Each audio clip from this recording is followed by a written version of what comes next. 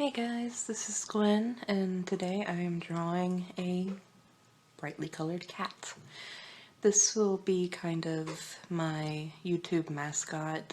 She'll be in my YouTube banner once I get it finished, and she'll also be in each video, probably at the end. I'm still coming up with a end cap and a intro, and still figuring out how to do that. But hopefully I'll have that incorporated in future videos. I am coloring this little feline with Crayola colored pencils and a few Prismacolors. I only ended up using 2 Prismacolors that you can actually tell I used. I used another one for her little eye spots, but it didn't really show up. You'll see me just blocking in the colors of her face, just a flat color, to define where I wanted her markings to be. And then I'll start coming in with a darker color of purple to add more shadows and definition to the shapes of her face.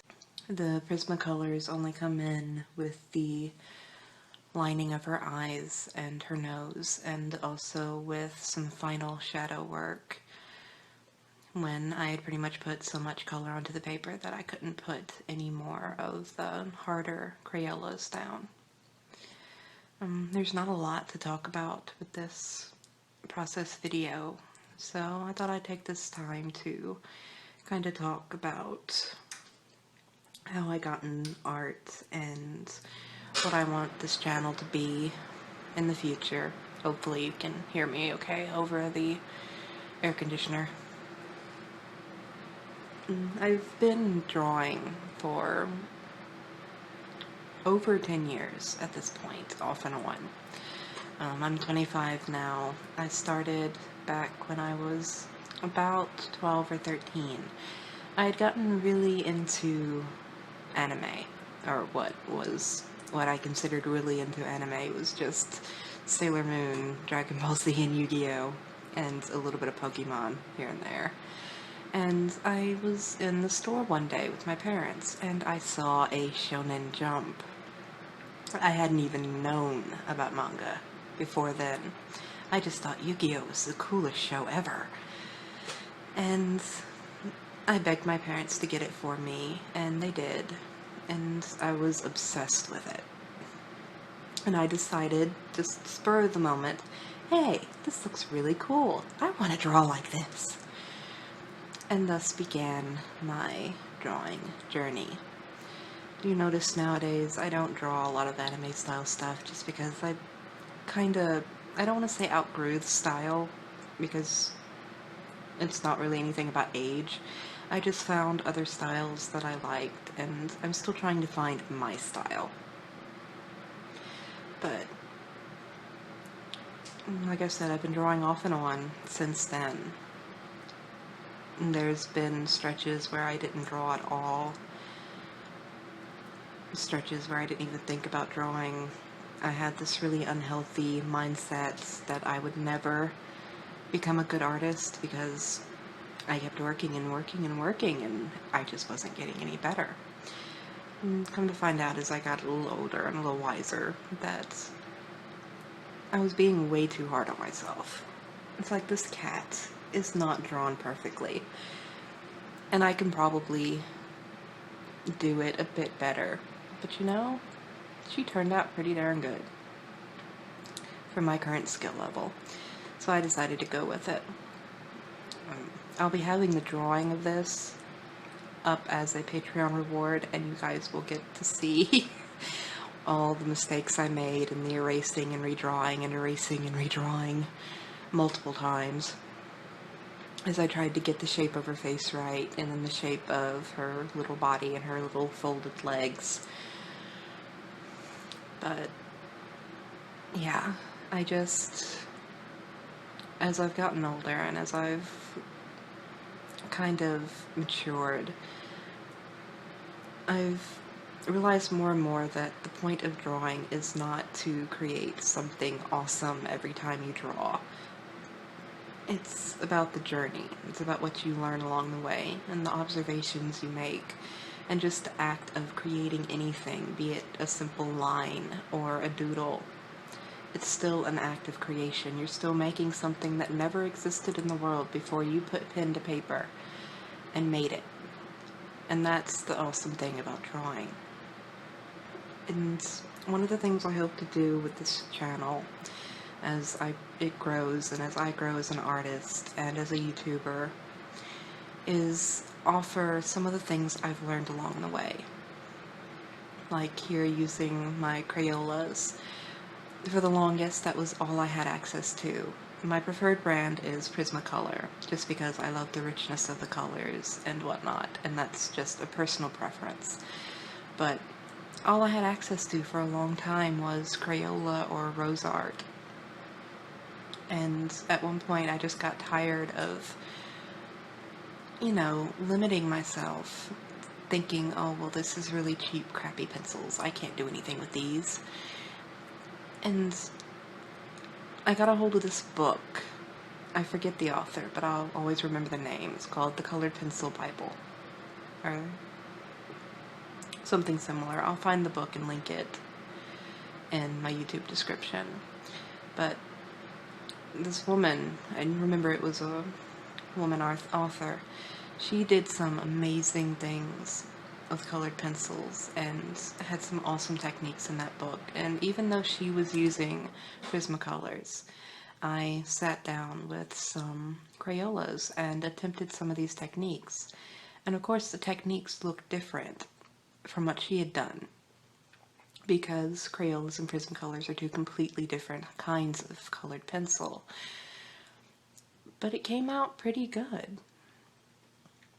So I just started practicing and practicing and practicing, and I'm still not an expert at colored pencil work. I think I do pretty good. It is one of my favorite mediums, but I still have a lot to learn. And even with that being said, I still want to hopefully share some of what I've learned. One of the video series that I have planned is a side-to-side comparison of Prismacolors and Crayolas. I found a really good deal on some Prismacolors on Amazon, just a simple 24 pack, which is pretty much all you really need, because you can mix the colors together to create new ones. And then just as a fun little thing to get and play with, I got a set of Derwent Colorsoft Flesh Tone pencils, just a 6 pencil set. So I'm going to be working with both of these with my 50 count pack of Crayolas and with the 24 pack of Prismacolors, and I'm just going to do some side-by-side comparisons using various colored pencil techniques on the same paper, using as close to the same colors as I can between those two brands, and just show you the differences and what you can expect from both mediums and what you can do with both. And I'm going to be focusing a lot more on using the Crayolas in some of my upcoming tutorials, because I want to show, especially younger artists, that the art supplies don't always make the artist. You can do some beautiful things with expensive art supplies, but you can do beautiful things with cheapo art supplies too.